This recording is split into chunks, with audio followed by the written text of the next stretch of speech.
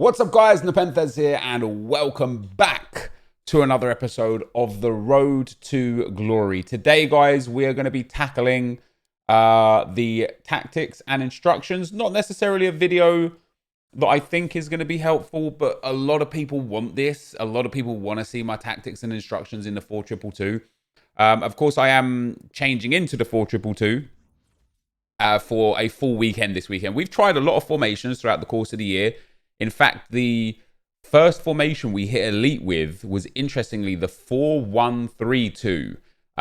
It was a very, very strong formation back in the early days before people really understood the meta of the game and stuff. We've used the 4-2-3-1 narrow. We've used the 4-4-2, which I didn't like very much. We used the 4-1-2-1-2 narrow, which I didn't like very much. I used one of the 4-3-3 variants one weekend, which I absolutely hated. And generally, I felt like the 4-2-3-1 narrow has been one of those tactics that just covered all areas. After playing with the 4-2-2 in draft last week, well, a few days ago, I was blown away by how strong the formation was for how I play FIFA. And I really want to drive home the point of the fact that these tactics are tailored to the way that I play FIFA. And so if you just absorb these tactics, expecting it to help you play better or expecting your results to just be better because you're using something that was successful for me, I don't think that's necessarily going to be the case. So I want you guys to know that you're going to have to tailor this to the way that you play the game and the things that you need and are you know, either short on or helpful with. You know, if there's something that you do well, then getting a formation for that would be better. Like if you're really good at crossing, and I don't mean El Tornado crossing, but just general crossing, getting a formation with wingers could be quite useful for you. If you're terrible at crossing, using a narrow formation could be quite useful for you. But to get into the tactics, guys, I don't know. Do I have them all set up here? I'm actually going to set them up with you here. This is all I used so far this weekend. This was like all I went to was just this. I didn't have a defensive version or an offensive version. This is my base version of tactics. And it's going to be very, very similar to what I ran through with the 4-2-3-1 tactics previously. In fact, most of it is exactly the same, except for I have two strikers instead of a striker and a cam. That's pretty much it. But you see, I play pressure on heavy touch. I play on 5 width and I play on 4 depth. I don't play on drop back 1 depth, although we will have a tactic designed for that. But this is like just my basic formation. And as I have explained many times before, to play pressure on heavy touch, you need players with lots of stamina. You cannot be the kind of person that's using an untradeable SBC team, or just a team that's not up to scratch, specifically primarily on stamina. If your players have mid-70s, low 80s, even mid-80s for stamina, you might want to play on balance instead of pressure on heavy touch. I'm able to play pressure on heavy touch because if you look at the setup that I have for all of the players, obviously goalkeeper is irrelevant for stamina. Trent has 97. Van Dijk has 81, but is a centre-back, so is far less relevant for stamina. And Varane with 83, the same. Marcos Alonso has 99. Aubameyang has 93. Henry has 90, and is, even with 90 on Henry, who plays as a striker, he is still one of those players that I actually sub out quite often because of the lack of stamina. Eriksen has 99. Kante has 99. Vieira has 94. Ronaldo has 94. So those are kind of like my go-tos. And what you'll notice is that, obviously, with this account on my bench, I just have amazing replacements. For Henry, I can put in Bale or Ibrahimovic. For Eriksen, I can put in Mkhitaryan, Bale or Ibrahimovic. For Vieira, who with 93, even with 94 stamina, Vieira is a player that I sub out so much. He's so good. He's insane. You know, he's one of the best CDMs in the game, flat out, just period, one of the best. And even then, I sub him out a lot because 94 stamina is not even great for pressure on heavy touch. Like, there are so many games. If I'm in a game where I'm dominant and I'm 3-0 up or 4-0 up or just generally cruising, I won't sub him out because I'm not in danger of losing the game. But if I'm in a game that's really tough, maybe the score's the level, maybe I'm only 1 goal up against a quality opponent. Quite often this weekend, I subbed in Antonio Valencia to replace Patrick Vieira. So Valencia has 67 games for me now. So he plays as a secondary CDM for me, essentially. High work rate is 5'11", really good defensive stats, decent passing. Like he just makes a good with that good strength and aggression. He makes a really good CDM for me to replace Vieira. But definitely CDM is an area that I'm lacking, which obviously we're going to have from this weekend. We're going to have Hullet in the team. I still don't know whether I want to play Hullet instead of Eriksen or instead of Kante. I have to decide that in due course. But going back to the tactics, where we're at with a 4-2-2, we're pressure on heavy touch. We're just basic width. I don't need to change the width. I don't feel too much of an impact with width. And the depth, it's just one drop depth back. There's no rhyme or reason for 4 depth. It just works. Like maybe you prefer 7 depth or 2 depth or whatever, but I think 4 depth. What does it say? Playing deep will open more spaces for long shots or more possession for the opposing team. You don't want long shots. And then playing high, your backline will be vulnerable for long balls in behind. You don't want that either. So I would say anywhere from here, 7, 6, 5, 4, and 3. No, yeah, 5 and 4. So 4, 5, 6, and 7, you want to stay in this range of your depth because it seems like this is the best to stop long shots and through balls. And so this is one of those ones where if you don't suffer too much from long shots, maybe you're really good at moving the goalkeeper, maybe you're really good at closing your opponent down. If you don't suffer too much from long shots, maybe you do want to put a low depth on so that you don't get burnt by through balls, if that's what your problem is.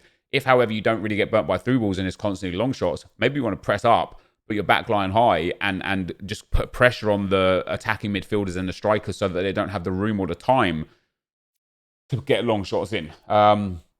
I'm just going to stick here. So my offensive style is balanced. I've practiced with a lot of things this year. Long ball is what I used to play. Like when I read long ball, it makes me think this should be the most broken tactic in FIFA. The team will make runs for long balls into space behind the opposing backline or up to a target man. Strikers who are fast with good attacking positioning attribute are best at this tactic. And this tactic, it like seems like it would be great. But because everybody plays on drop back and 1 depth, you never get the room to play long balls. You just don't. Unless you countering off of a corner or a free kick or something, you don't get room for the long balls. So long balls is pointless. Fast build-up is a brilliant formation.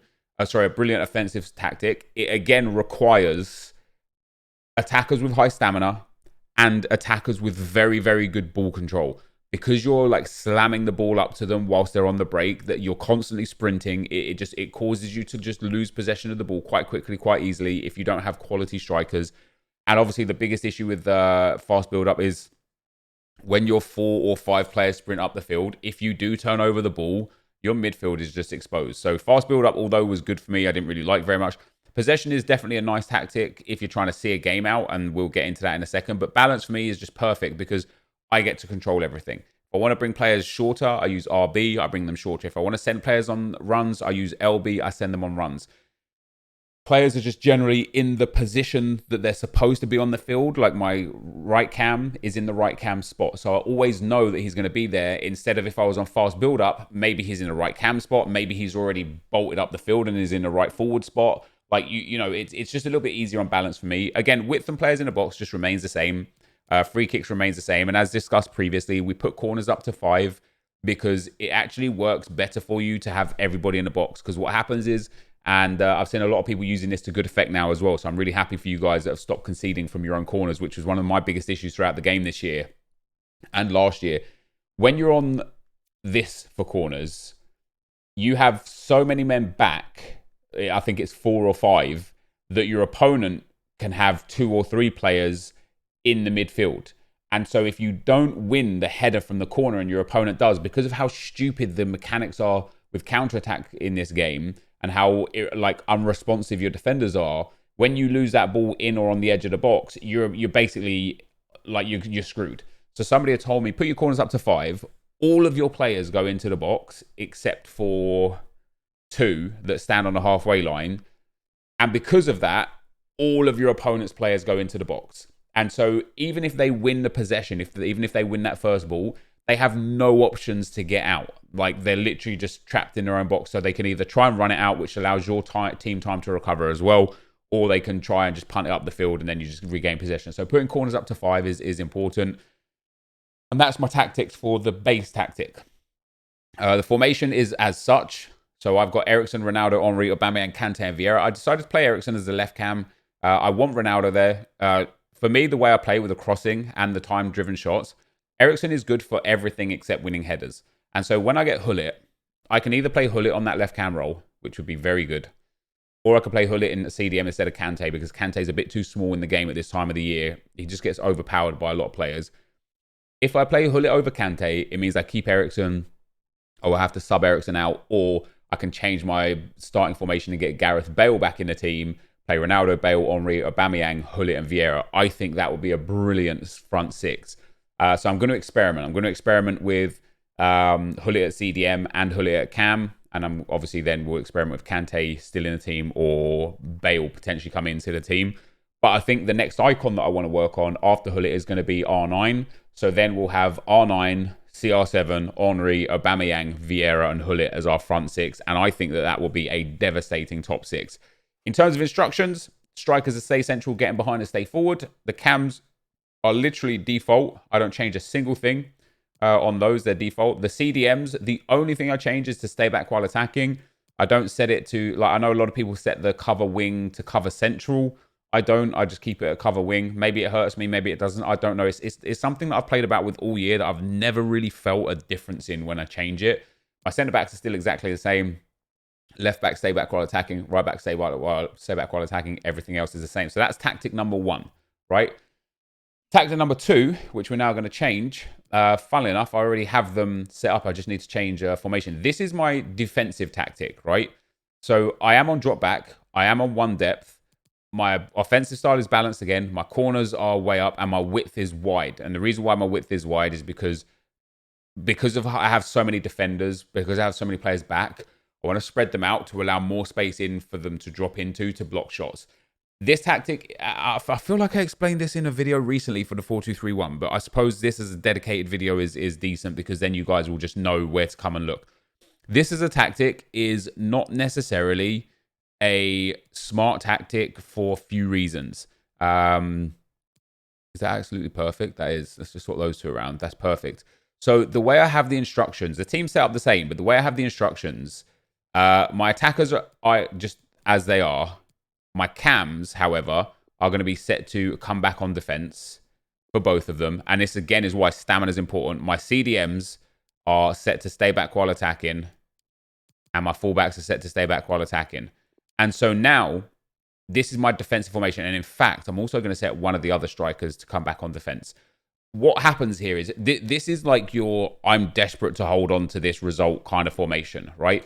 What's going to happen is when I lose possession of the ball, my 4 defenders should already be back. My 2 CDMs should already be back. And now I'm going to have my 2 cams and one of my strikers coming back into the back line. And it's so much different to just one depth drop back when you also set your players to come back on defense. I can't explain to you how overpowering and overbearing it is when your opponent's got the ball in the edge of the box and you've literally just got like 9 men in your box. And it's one of those ones where I used to, because I played drop back one depth a lot, and I used to think, man, how do these players have so many more players in the box than me? And I used to think it was me. I used to think, because I would hold possession so much, I used to think it would give people time for their players to drop back into that one depth position. But it isn't. What it is it's people setting themselves to come back on defense with certain players. So right now, when I lose the ball, as I say, I'm going to have loads of players in defense. Now, this is not, and this is why I feel like I explained this recently, because I feel like I'm just going over old ground here, but this is not something that you should do for a long time. This should be something that you should do 5 minutes or 8 minutes or 10 minutes left in a close game. This isn't even something you should do in a game you're dominating or never in a game you're losing.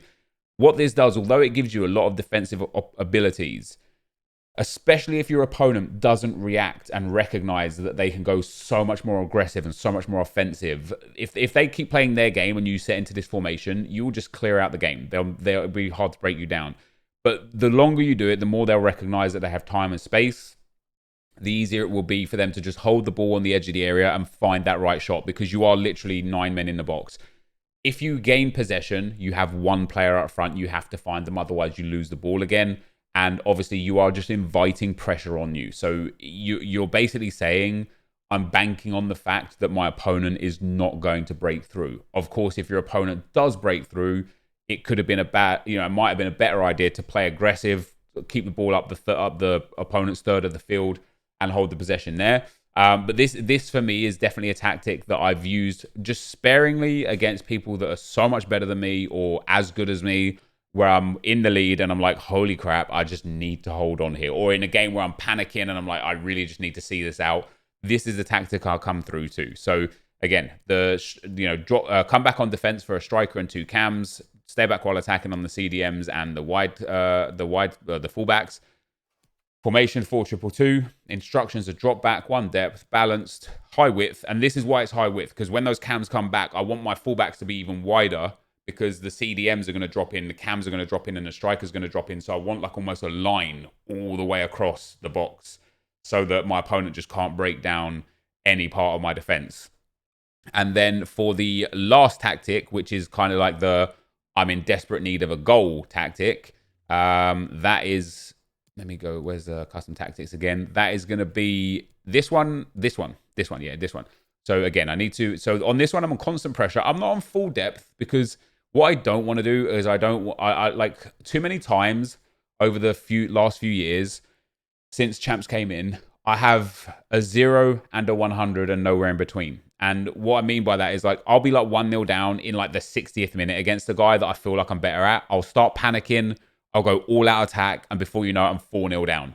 And in my head, I know I'm a better player, and I know I just played that game wrong. And so I need to stop doing that. And so to stop doing that, I don't want to go full depth, full constant pressure and high depth, because I'm asking to just get countered for days, right? Especially, in these kind of tough games where you need to get back into it, where you're applying constant pressure. You're usually against a quality opponent or opponent on a very similar level to you.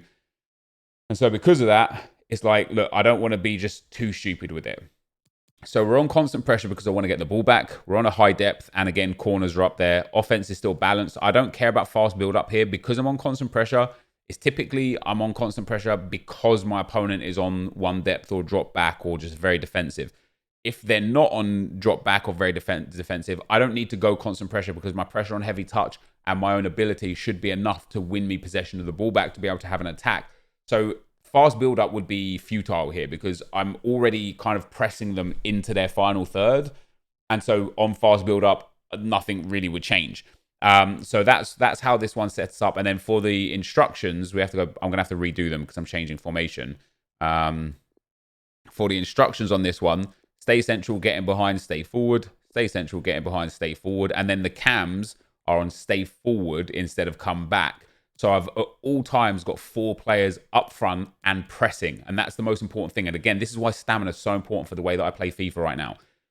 My Eriksen, Aubameyang, Henry, and Ronaldo are my first line of defense. And if somebody's passing around their back line or just trying to hold the ball, which you actually saw in a game this weekend that I lost 3-2 to that guy with that Hullet foul or whatever, he started playing the ball around the back line and ended up getting 2 goals off of it because I was pressing him. It's impossible in this game to just, like last year, you could pass around the back line all day, every day. It would be very hard to catch someone out because you didn't have the tools. And you remember I used to ask, all I want, EA, is the tools to be able to beat someone who's playing park the bus and just passing around their back line. Well, this year we've got it in abundance. Constant pressure, stay forward, get your 4 guys to stay on top of that back line. For my 2 CDMs, literally just balanced. We don't touch anything here. I don't want them to go forwards, but I also don't want them to stay back while I'm attacking. I want them in the mix. I'm already, like, in my mind, in this tactic, I'm already losing. That's why I have this tactic. So losing 2-0 and trying is going to be better than losing 1-0 and not trying. And so I don't want these 2 CDMs to stay back while attacking because then I'll have 6 players backwards, 4 players forwards, and nothing in the midfield. And it's actually something that I see a lot from people. When they go all-out attack, it's really easy to just hold the ball in the midfield because their attackers stay up. And because they've got their defenders to stay back while attacking or still on like drop back or whatever, it just opens the field up and just creates this world where there's no one in the midfield. And so it just allows my midfielders the ability to play in that space. And so with this tactic, I don't want my opponent to have the ability to just play in that open space. So we keep Kante and Vieira in there. And then the same with Marcos Alonso and Trent, just balanced. Nothing else changes here. And that's literally it, guys. There's nothing magical to my tactic.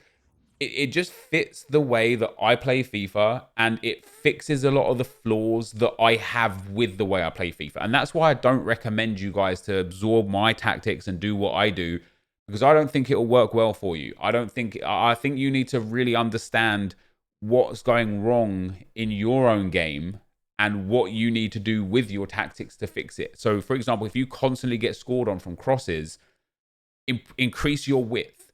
You know, put the width wider so that your fullbacks are out furthermore, so that they can close down the person crossing the ball a lot more. And then if it's, you know, adjusting your tactics on the fly, also very important. If you're playing against one guy who's crossing a lot, you need to have a tactic that's wide to close down those crosses. But if you're playing a guy who's a narrow formation trying to play through the middle, you want to have a tactic that has a small width, so you just close out the gaps in the middle and just force him down the wings. So, you know, having, like, you can only have 4 tactics, because you can have 5. You know, your initial tactic can be a tactic, but the way EA have set this game up with chemistry, from almost everybody, the initial first tactic that you start the game with is a tactic that is simply designed to get your players on chemistry. Like, I would never play with my team like this. I could actually put Henry up front, Vieira in at CDM, but I couldn't play with this team. I couldn't put Eriksen at my left cam because Alonso would lose chem. I couldn't put I suppose it's just Eriksen and Kante. Well, just Eriksen really. That would be the only problem. But generally speaking, people use their first tactic as their chemistry tactic, and then they switch. So you can have 4 tactics. For me, I think the most prominent to have is your baseline tactic, your offensive tactic, and your defensive tactic, and then you have 1 left. So maybe if your baseline tactic is good for stopping crosses, maybe put your 4th tactic to stop narrow. If your baseline tactic is good to stop narrow, put your 4th tactic to stop crosses. Or perhaps you could use it as a utility tactic going forwards. It maybe instead of going constant pressure on your 4-2-2, maybe you're like, okay, what if I have a formation where I've got overloaded on the wings? Maybe you want to go for a 3-4-2-1 or something like that. And you just have a lot of options for that 4th tactic. But it would, again, depend on how you play and how things go in your game. So, as I say, I just wanted to give a video on that. And then the last thing I wanted to do for this video is I want to show you guys my buttons. I get asked so much, man, so much. What do you use for your buttons? What do you use for your controllers? I don't really think I do. I think it mostly is just the same. I think it's just default. So FIFA Trainer is off. Time finishing is on. I turned off the second defender switch icon because it just triggered the hell out of me. Pass block assistance is on. Enable pass block assistance so the AI control players will attempt to intercept pass automatically when the ball is close by. Now, as much as this is just bugged, sometimes they'll ignore it when it's within an inch of their foot. Sometimes they'll stretch for it when it's no chance of them getting it. Sometimes they'll stretch for it and let it run through their legs. Sometimes they'll stretch for it and intercept it, but they won't actually intercept it. They'll just prod it on to a perfect through ball for your opponent. It's still better than having it off and having them just stand there and watch it. So as bugged as it is on, it's still better having it off. Now, I have airballs on switching this year. Last year, I was fully manual. The reason why I switched to airballs this year is because fully manual, manual here, we will never auto switch for you. You are on your own. That is a lie. I spent all of FIFA 18 on manual auto switching, and it constantly auto switches me. Constantly. High balls, ground balls, anything. It constantly auto switches me. Even to the point where air balls, we will only switch for you on lobs and crosses. Otherwise, you're on your own. Wrong. That is a lie.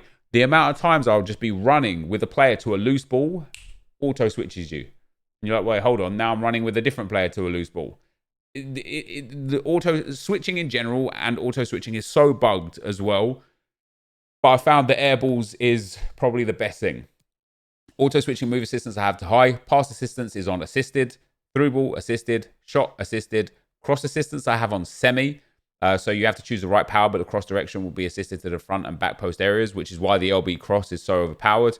Because I can put full bars of power on it, and it won't fly out the throw-in. No, because they're going to assist me with it to some degree. They're just going to pop it to the back post. It makes it extremely overpowered, extremely broken.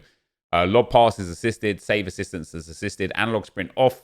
So for those of you who don't know the way analog sprint works, if you have it on, if you hold R2 lightly, it will make you sprint a little bit faster. If you jam it all the way down, it'll make you max sprint. And so it's a way to control your sprinting.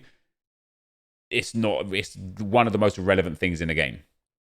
You can't really change between these two. Even in Ultimate Team at all, it's always on tactical defending. For my attack, everything is literally default. I play on FIFA controls, never on PES controls. Even when I used to play PES a lot, like back in PES 6 era, I would have FIFA controls instead of PES controls. And then defense, everything again is the same. I don't change. I know skills changes a couple of these. I think he puts contain to R1 and teammate contain to X. But yeah, for me, everything is just default. So that's my tactics. And then lastly, game settings.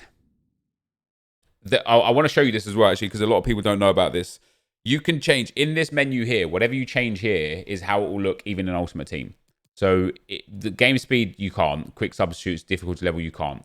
In camera, I use co-op camera, and I go for 20 height and 0 zoom. And in visual, I player name and indicator, player name default. The time and score delay is on. The radar is 2D. The radar color is white and red. The online indicator fades. Net tension. This here, you can change this. If you change this here, it will change it in Ultimate Team. You can have it as default. You can have it as tight. You can have it as loose. Let's go loose for the next game, right? And then the net shape, you could change it again. It doesn't really make any difference. It's literally just a visual effect. Rules, you can't really change. Audio, it's however you want to change it. What have I got? Music off, yeah. And then gameplay, you can't change. There's also one more area. Where is it? Is it match? Not here. There's one more area which I think you have to go into a game for. Let me show you, because I think this is important for a lot of people. And this won't impact you in champs, but in rivals and online singles and draft, this will impact you a lot. And I think it's important for everybody to do this, because a lot of people use those stadiums that have those stupid shadows and stupid lights. You could turn them all off. So even if your opponent has that stadium and has those issues and those shadows and stuff, it doesn't matter. You can turn it all off. So just go into like a game, a classic match, for example. When you get to the settings stage here, go into game settings, right? When you get to game settings, match conditions, set it to custom, set your season to summer, or spring, or whatever, winter, whatever you want. I went for spring. I've set the time of day as 10 p.m. There's no shadows. It's dark, right? So it's lighted by the in-game lights. Set the weather to clear, so there's no clouds or anything like that. And the pitch pattern, again, you can change this to whatever you want. It's not a problem. It will change in-game as well for you in Ultimate Team. Pitch wear, I don't think that changes in Ultimate Team, and game speed definitely doesn't. But to get rid of shadows, just play around with the season, the time of day, and the weather, because it will change for you. I think, does it change if I put these in? No, it doesn't. It would be nice if we got a look in the actual thing there. Does it change? Oh, yeah, look, there you go. See these shadows here? You don't want these shadows here. Like, even in this stadium, I don't even know what stadium this is. This as well, you don't want these shadows here. This is what you want. You want it at night, so you have no shadows. And then when you, like, back out, this is now saved. You will never have to deal with shadows ever again. That's it. You'll just have clear pitches in every Ultimate Team game mode, every Ultimate Team game. It will just be nice and clear. The pitch will be clear. The weather, it will be nighttime. The weather will be dark, other than, of course, in Ultimate Teams, in the Foot Champs, because everybody in Foot Champs plays in the same stadium at the same time of day. There's no shadows. But yeah, I just wanted to show you guys that so that you could stop having to deal with the all of the bad stuff with people trying to, like, just be frustrating with how they deal with things. But that, guys, is actually going to be the end of the video for today. As I said, I wanted to make this one a dedicated video. I didn't want this to be mixed in with pack openings or gameplay or anything like that, because I now want to use this as a reference point until I change tactics potentially. But every time now somebody's like, oh, hey, what's your tactics and stuff, I'm going to be like, look, there's a video, go watch it, go check it out. So I know it's not the usual Road to Glory content here for today. I know a lot of people would have already known this. If you watch me on streams all the time, you'll know my tactics, you'll know all these things already. But for those of you that don't, there's the information. Thank you guys very much for watching. If you enjoyed it, be sure to leave a like, rating, comment, and subscribe to my channel if you haven't already. But for now, guys, I'm out. Peace.